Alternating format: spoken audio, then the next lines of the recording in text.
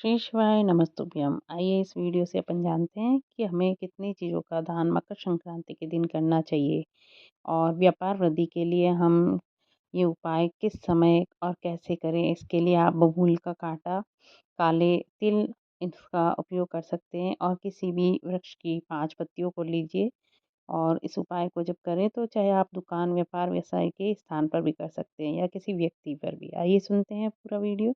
अगर वो कोई तो साधारण महापुराण नहीं। की ये कथा आप लोग हमें दान करते हो मकर बहुत संक्रांति पे? अच्छे तरीके से मकर कितनी चीजें संक्रांति दान का करते मतलब हो? सिखाती है। आइए और सुनते हैं सुहागन देवी माताओं को की देते हो ना? क्या देते हो? कितने कि देते हो? महापुराण में क्या लिखा 13, है 14 और हमें कितने क्या क्या करना हैं? चाहिए। 14। कौन से पुराण में लिखा है कि 14 चीज देना चाहिए? अरे बोलते जाओ जरा जल्दी जल्दी। बड़ी मुश्किल से तो पकड़ाई में आते हो तुम शिवरी नारायण वालों। 14 चीजें दान देना है। किस पुराण में लिखा है? कोई तुमसे पूछ सकता है तो महाराज आप कह सकते हो अग्नि पुराण में वर्णन आता है। कौन से पुराण में लिखा है? अग्नि पुराण में लिखा। देव ऋषि नारद भगवान विष्णु के पास जाकर पूछते हैं, नारायण कृपा करिए। भगवान विष्णु ने पूछा क्या बात है, बोलिए।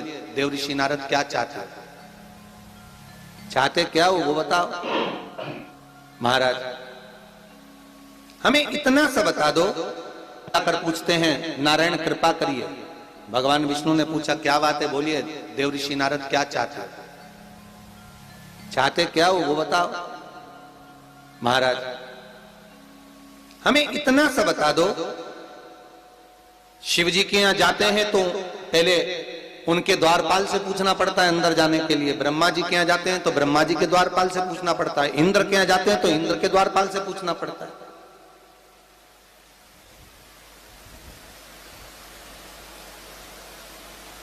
हम जितनी भी जगह जाते हैं तो कोई ना कोई द्वारपाल से हमें पूछना पड़ता है अंदर जाने के। भगवान देवऋषि नारद कह रहे हैं नारायण से कुछ ऐसी कृपा कर दो कि हमें किसी से आज्ञा लेना ही नहीं पड़े।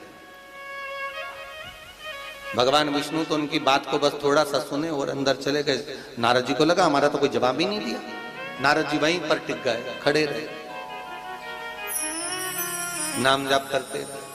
विष्णु वापिस आए और देवऋषि नारद से कहा एक काम करो, जब सूर्य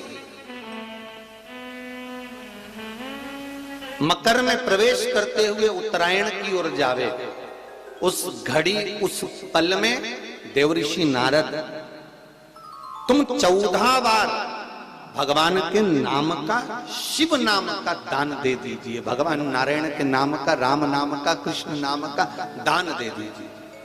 अब देखो यहां पर यह नहीं लिखा कि प्लास्टिक का डब्बा दो। समझ लेना जी हो अच्छे से कि लोगों ने दान को कितना भ्रष्ट कर दिया वो बताया जा रहा है।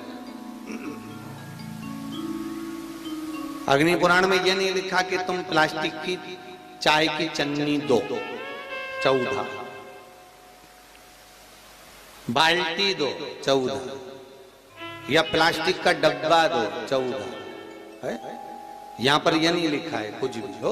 यहां क्या लिखा अग्नि पुराण में कि मकर संक्रांति के दिन जब सूर्य उत्तरायण भाव में प्रवेश करे, मकर में जावे, उस समय पर देवऋषि नारद तुम्हारे मुख से अगर 14 बार भगवान के नाम का दान 14 जीवों को दे आओगे तो किसी भी देवता के पास जाओगे तुम्हें परमिशन की जरूरत नहीं पड़ेगी, तुम डायरेक्ट प्रवेश कर जाओगे। डायरेक्ट।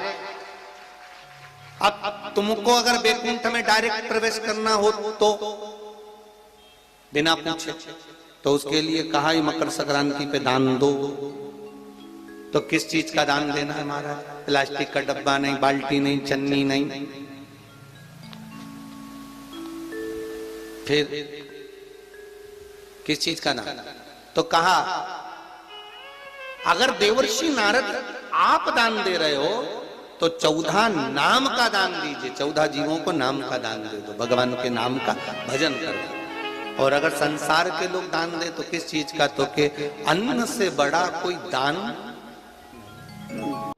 कि किसी ने आपकी दुकान पर बंधन कर दिया, आपका व्यापार बांध दिया, 4 दिन दुकान अच्छी चल रही है और 4 दिन बंद हो रही है, तो महाराज सूर्य का उत्तरायण जो प्रवेश है मकर के अंतर्गत, वो दोपहर में लगभग 2:30 बजे के करीब में आए, 2:30 से 3 के करीब में आया।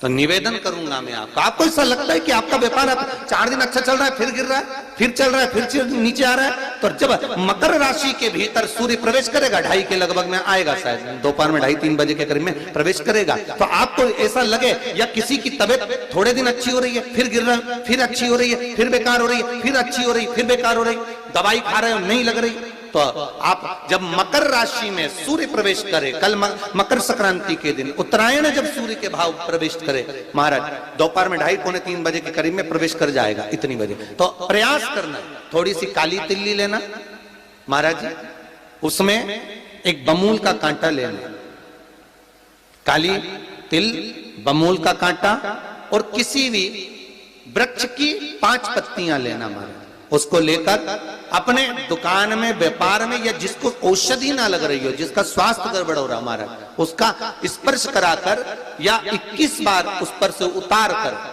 और उतारना क्या नाम लेकर है? अवधूतेश्वर महादेव। कौन सा महादेव है? जम के बोलो जरा, अवधूतेश्वर महादेव। शिव जी का एक अवतार हुआ था, अवधूत रूप शंकर का। शंकर भगवान के उस क्रोध को, भगवान शिव के उस क्रोध को ब्रह्मा जी ने घोड़े का रूप दे दिया था और घोड़े को समुद्र में डाल दिया था।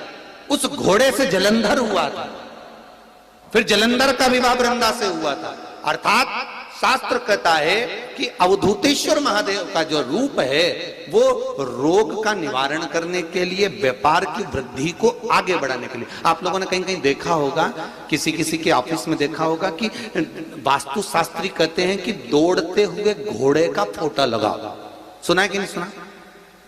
अरे बोलो तो, सुना है कि नहीं सुना? किसी वास्तु वाले के पास जाओगे ना तो वो कहेगा तुम्हारा ऑफिस अच्छा नहीं चल रहा ना, तो दौड़ते हुए घोड़े का फोटो लगाओ। जो घोड़े 4-5 घोड़े दौड़ रहे हैं उनका फोटो लगा। क्यों कहते हैं वो?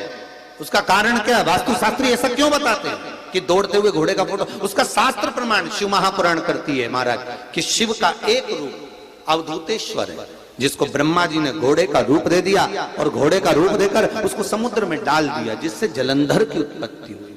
तो अगर मान लो, अगर प्रॉब्लम चल रही है, व्यापार में दिक्कत आ रही है, व्यवसाय में तकलीफ आ रही है, या किसी ना किसी रूप में कोई ना कोई कष्ट आपको लग रहा है, तो अवधूतेश्वर महादेव का नाम लेकर काली तिल्ली, वृक्ष की पत्ती और एक बमूल का कांटा लेकर, और आप दुकान में से उतार लो, चाहे शरीर पर से उतार लो, उसको ले जाकर किसी भी चौराहे पर उसको पटक दीजिए। चौरस्ते पर नहीं डाल सकते तो बहते हुए पानी में डाल दीजिए।